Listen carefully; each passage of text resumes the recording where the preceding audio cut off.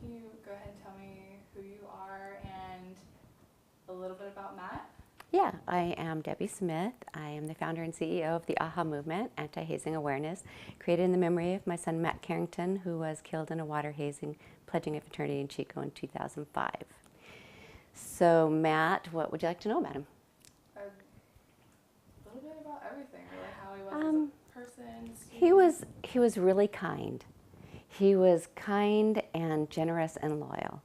And so it was easy to like him. People just naturally, liked him because he had this big smile. He always put everybody before himself from the time he was really little. And so all the kids kind of were drawn to him, even like the smaller kids in the neighborhood, because they knew that he was the one that was going to make sure everybody got their turn, because we have a great neighborhood. We play in the streets like back in the olden days. So our kids grew up playing in the streets, drinking from the water fountain or from the hoses. And when they would all get out, he was one of the older ones, but they always knew that if Matt was there, everybody got a turn at bat, to play basketball, hockey, or whatever. So he was just that kid, the one that took care of everybody. Yeah. And can you tell me a little bit about his time at Chico, if you remember, like before everything happened? Yeah, he was excited when he found out that he was going to go there. It was between that and Santa Barbara, and he hadn't heard back from Santa Barbara, and that's where he really wanted to go. But once he got there, he loved it because it's really a cute little town. I mean, it's cute. The people are so nice. He was living in a house that wasn't far from the school, and it was right, not far from downtown. So he had a bike, so he didn't have to drive, even though he had a car. It's nice to be able to just ride your bike everywhere. So he was pretty excited. It was pretty excited. It was hot because we moved him there in the summertime, like near the end of summer. And then the winters were cold, so that was uncomfortable. I would have loved for him to be able to experience spring there when it was just like that really perfect weather, but he didn't get that chance. What, was he a freshman? No, he actually went to DVC, which is our junior college right here in Pleasant Hill, and got his AA, and then he transferred over. So he was a junior when he started. Okay. Now, did he ever like tell you that he was like gonna like pledge a fraternity or anything? He wasn't going to pledge a fraternity. He had a friend that was introduced from our best friend, that he and Christy grew up together, and they were best friends from the time they were 1 and 2 years old. And her boyfriend was still at Chico when she graduated, so she introduced him so that he wouldn't be alone. He'd know somebody. And so he was going around, and Mike had asked Matt if he would go with him to look for a fraternity. And when he got to the one that, that particular one, the Chi Tau fraternity, Mike really liked it. And so he wanted to pledge, and they really liked Matt. And so they said, if you will pledge, we'll let your friend Mike pledge. And so Matt was like, all right. So that was how that happened. Yeah, he wasn't looking. I'm gonna pause it real Yeah. quick.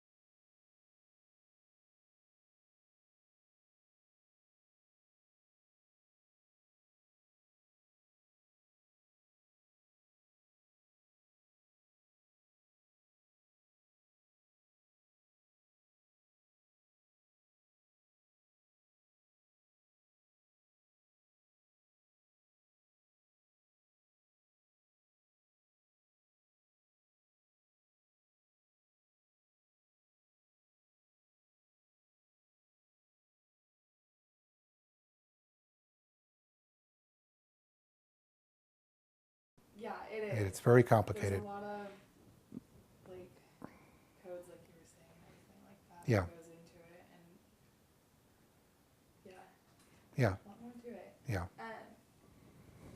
Now there were 2 shutdowns, correct? Or Yes, there were 2. okay. The first one was what exactly? I mean, it was Matt's death. That was Yes. the Hmm. tipping point. Was there anything particular? Do you think that, like Greek students kind of use, oh, it's just, yeah, I go to Chico State, like it's what happens, like we party. Yeah. Do you think they use that as an excuse to kind of, throw these like accused Yeah. braziers and stuff like that? Well, the old myths die hard. Every year we would have basically open house in the fall when prospective students and their parents would come and visit the campus. And I would always give a welcome. And one of the things that I used to do, I walk out, it's in Laxon Auditorium, it's packed, there are 700 people in there. And I would introduce myself and say, I've got 2 questions for you. I said, how many of you are aware that Chico State is now ranked among the top 10 campuses in the country for civic engagement? Maybe 10 people would raise their hand. I said, okay. How many of you are aware that annually our students put on the largest student-run and student-attended sustainability conference in the world? Maybe another 10 would raise their hand. I said, okay. Now my third question is, how many of you have heard that Chico State has a great party school reputation? Every hand goes up. And so I say, now listen, let me tell you this. All of this is true. We're on great lists, and we have previously been on not so good lists. But here's the other thing I'm going to tell you. How many of you are aware that the New York Times, no, it was Time Magazine. Time Magazine recently did an article on the 4 universities in the country that have transformed Greek life, particularly have dealt with the drinking problem on their campus. And one of those 4 campuses is Chico State, at which point they usually break into loud applause. But the bottom line is that there's lots of stories about the university. And some of the some of the not so good stories are still part, of the history and the mythology, of the institution, which reminds us that you've got to constantly work on the better story. You just can't deliver a speech, have a meeting, put an editorial in the student newspaper and expect that everything is just going to be great from that day forward. You have to do that. You have to do more. But mainly you have to be believable. You have to be visible with the students. You have to be a partner with the students. And if they trust that you are serious about wanting to help them be the best they can be, that makes the difference. And again, that was the big difference between the "Have you read your charters" speech and the "we're shutting it down like a bear." I used to give 2 general convocations each year. one to open the school year and the other one to start the spring semester. And I remember one year, this was the year in which I was explaining to the faculty and staff what we were, how we were addressing some of the issues with the Greeks and some of the drinking problems.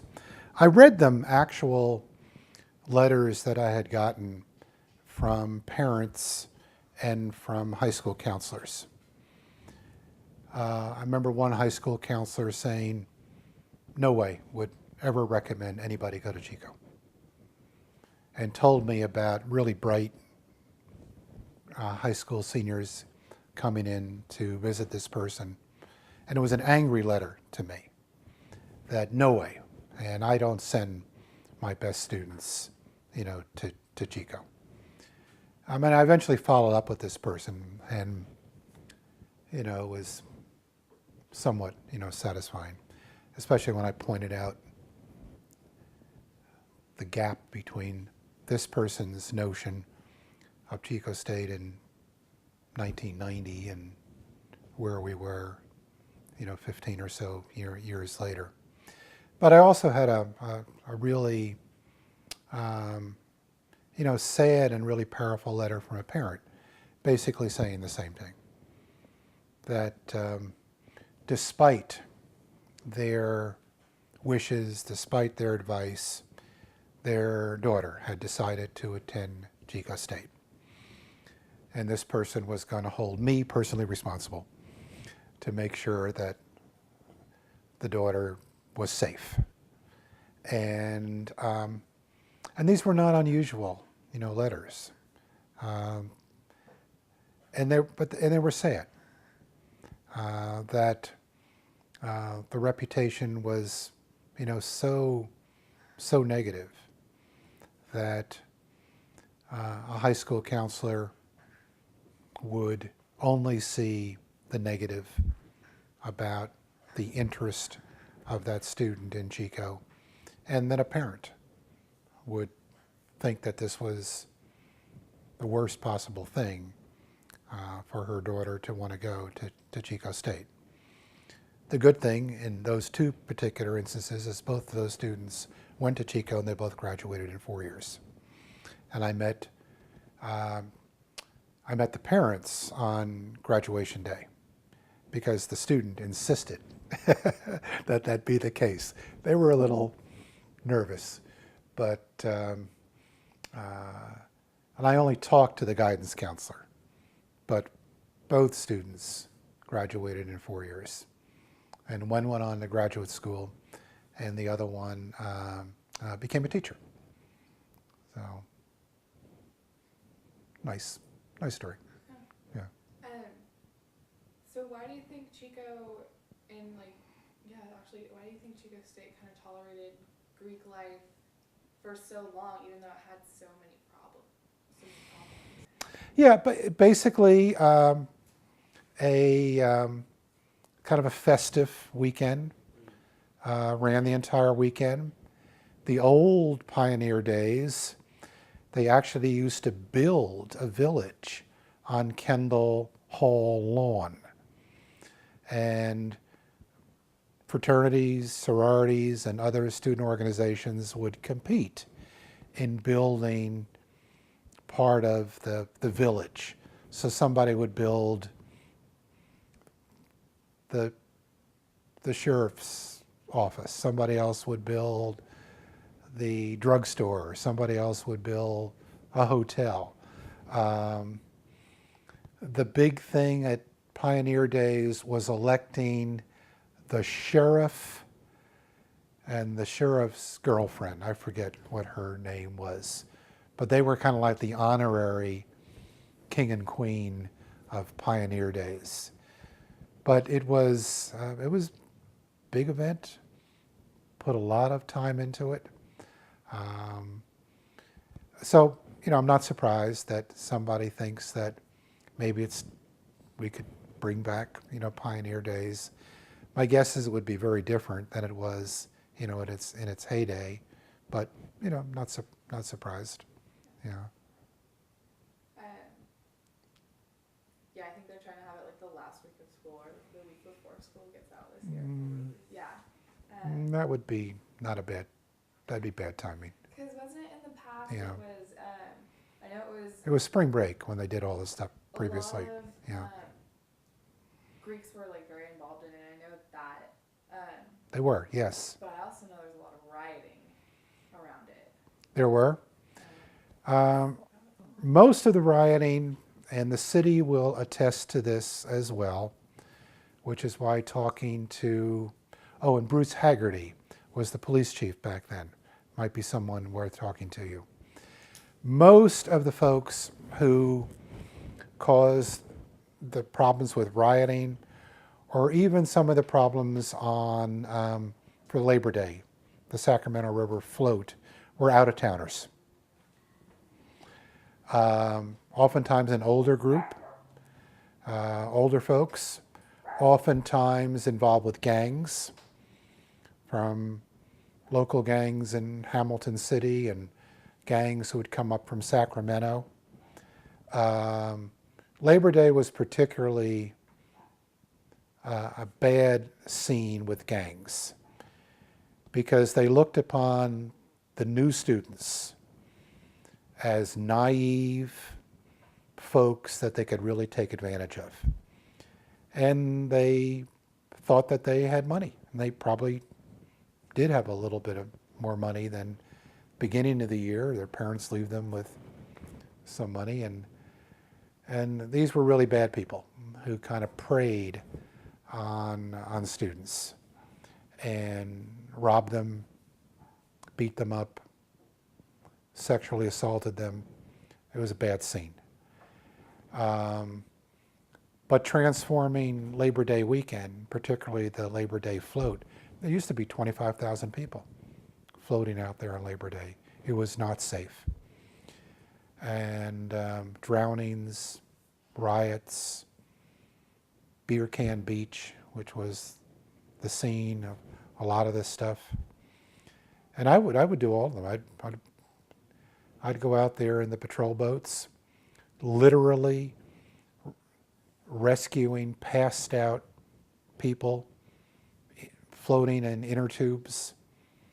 I mean, the water is like 40 degrees and it's moving at 5 miles an hour, and these people are passed out in an inner tube. And if they had floated